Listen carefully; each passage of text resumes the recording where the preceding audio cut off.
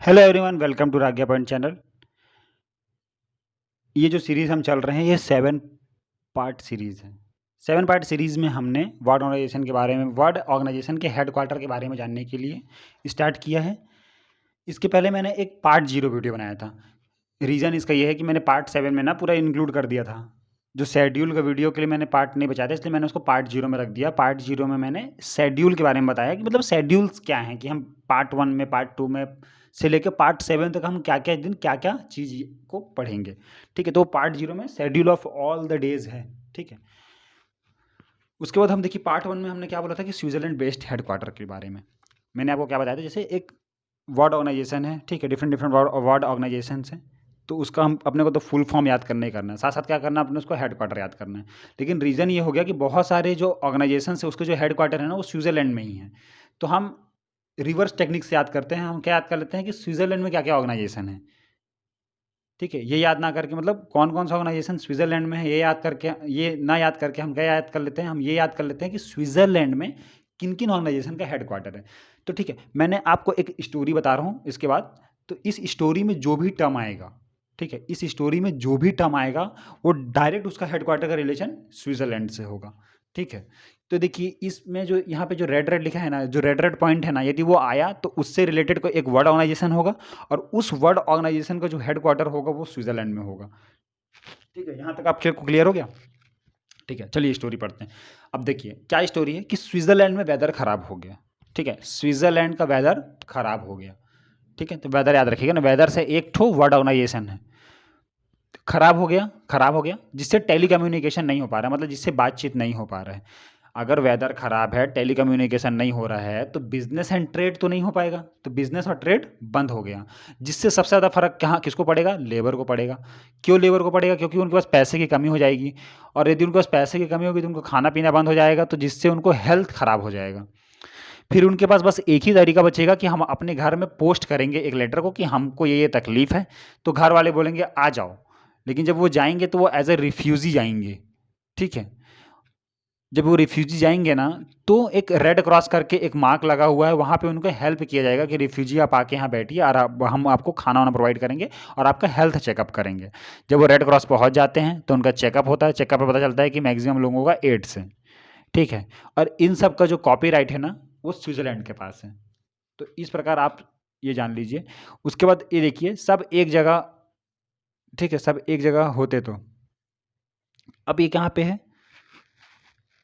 अब फुटबॉल की बात होती है, एथलेटिक की बात होती है, चेस की बात होती है, ये कुछ मतलब स्पोर्ट्स के हैं। वैसे तो मैं आने वाले समय में स्पोर्ट्स का डिटेल बनाऊंगा हेडक्वार्टर, लेकिन आप बस आप यहाँ ये जान लीजिए कि जो फीफा है, ओलंपिक है और जो चेस है, इसके जो ऑर्गेनाइजेशन है, वर्ल्ड ऑर्गेनाइजेशन है, उनके जो हेडक्वार्टर है वो भी स्विट्ज़रलैंड में है। ठीक है, आगे हम इसको कंटिन्यू करते हैं, देखते हैं आगे क्या क्या। अब ये देखिए, अब हम ना जो वर्ड मैंने आपको बताया था ट्रिक में, उससे हम रिलेटेड वर्ड ऑर्गेनाइजेशन जान लेते हैं और उसके फुल फॉर्म जानेंगे। तो मैंने क्या बताया था सबसे पहले कि स्विट्ज़रलैंड का वेदर खराब है। तो देखिए वेदर खराब है, वेदर आया, वेदर से क्या आ गया? WMO, world meteorological organisation.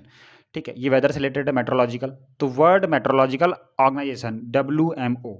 उसके बाद मैंने क्या बोला था, जब मौसम खराब है तो टेली कम्युनिकेशन नहीं होगा, तो टेली कम्युनिकेशन से ITU, international telecommunication union. देखिए टेली कम्युनिकेशन आ गया ना, तो international telecommunication union ITU ये आ गया।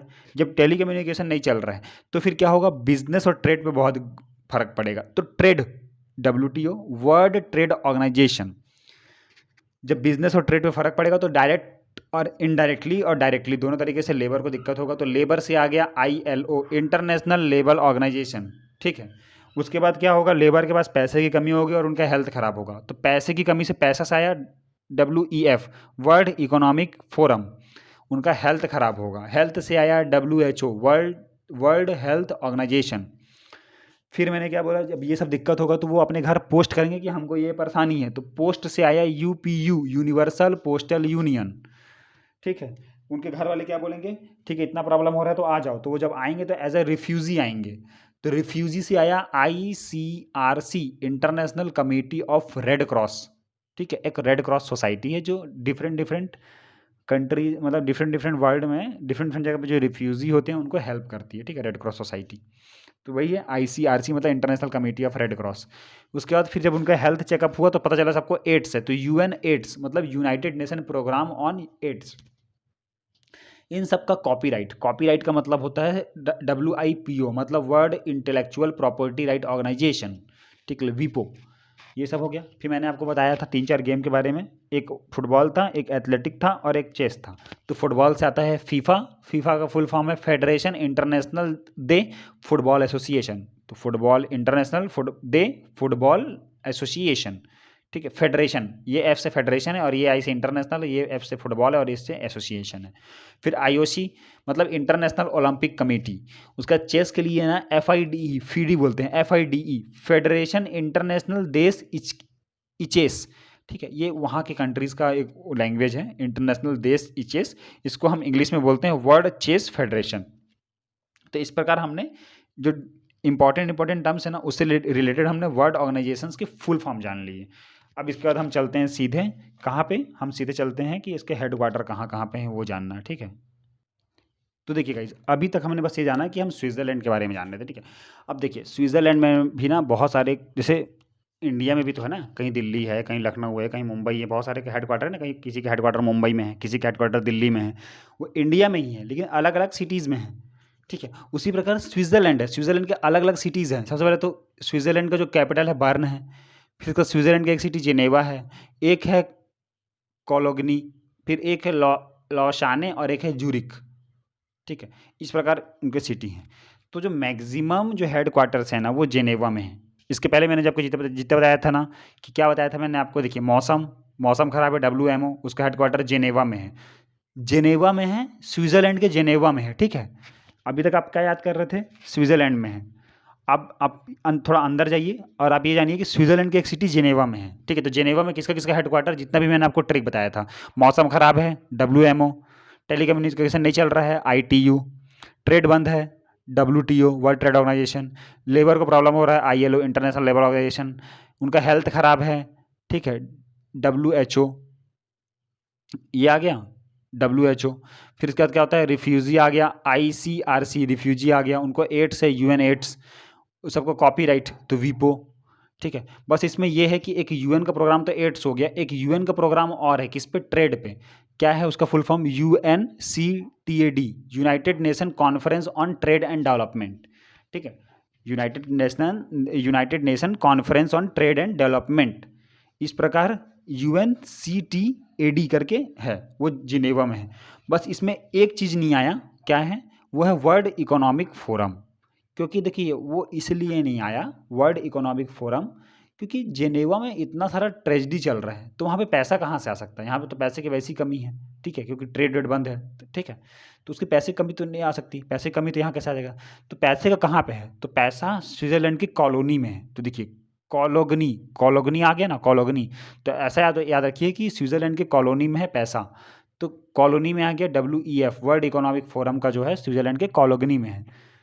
तो यहाँ तक आपको जेनेवा और कॉलोनी का पता चल गया, ठीक है। स्विट्ज़रलैंड की कैपिटल बर्न आप किस चीज़ को करते हैं, जाहिर सी बात है कि आप लेटर को बर्न करेंगे, ठीक है, बर्न है BER, बर्न करके कैपिटल है, तो आप इसको बर्न को याद कर लीजिए, बर्न से, जलने से। तो आप किसको जला सकते हैं, आप पोस्ट ऑफिस से जो कार्ड आएगा उसी को आप जलाएंगे, इसलिए बर्न का कैपिटल है, मतलब जो बर्न है वहाँ पे क्या है, यूनियन, पोस्टल यूनियन, क्योंकि पोस्ट आएगा तो उसको आप जला सकते हैं, बर्न कर सकते हैं, तो इसलिए आप ये ट्रिक याद कर लीजिए कि यूनियन, पोस्टल यूनियन, ठीक है।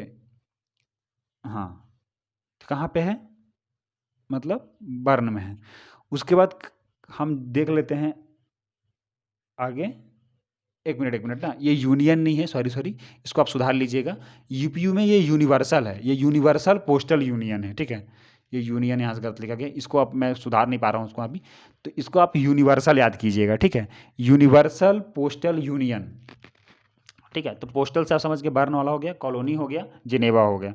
अब ज्यूरिक और लौशाने बचा है, ठीक है। तो देखिए फीफा का होता है ज्यूरिक में, फीफा ज्यूरिक में है, और चेस और जो ओलंपिक है ना उसका हेडक्वार्टर लौसाने है, स्विट्ज़रलैंड के लौसाने में। तो इस प्रकार इस वीडियो के द्वारा हमने स्विट्ज़रलैंड के सभी जितने भी हेडक्वार्टर्स होते हैं कहाँ कहाँ पे होते हैं ये सब हम जान लिए। आगे हमारे साथ पार्ट 7 तक जुड़े रहिए, जिससे आपको वर्ड ऑर्गेनाइजेशन के जितने भी क्वेरीज हैं वो कभी नहीं होंगे। आप डिफरेंट डिफरेंट क्वेश्चन को अटेम्प्ट कर पाएंगे जो एग्जाम में, कंपटीशन एग्जाम में पूछे जाते हैं। तब तक के लिए जुड़े रहिए। धन्यवाद। Thank you for watching us.